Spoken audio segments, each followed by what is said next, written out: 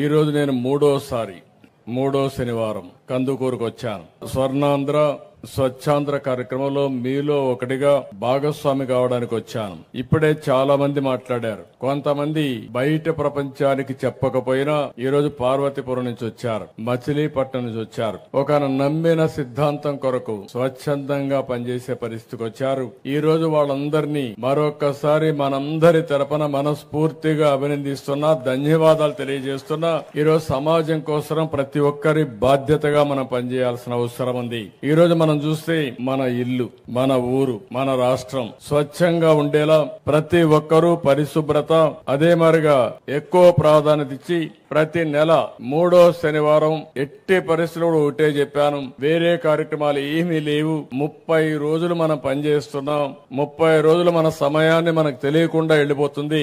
ఒక్కరోజు ఒకే విషయం పైన స్వచ్ఛ ఆంధ్రప్రదేశ్ ను కాపాడుకోవడానికి, ఆంధ్రప్రదేశ్ రాష్ట్రాన్ని స్వచ్ఛ రాష్ట్రంగా స్వచ్ఛ ఆంధ్రప్రదేశ్ గా చేస్తామని మీరందరూ కూడా సంకల్పం చేయడానికి ఈ రోజు పెట్టాం.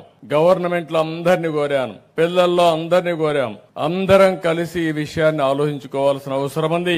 ఒక్కరోజు మన ఊరి కోసం, మన కోసం మనం అంకితం చేయాల్సిన అవసరం ఉంది.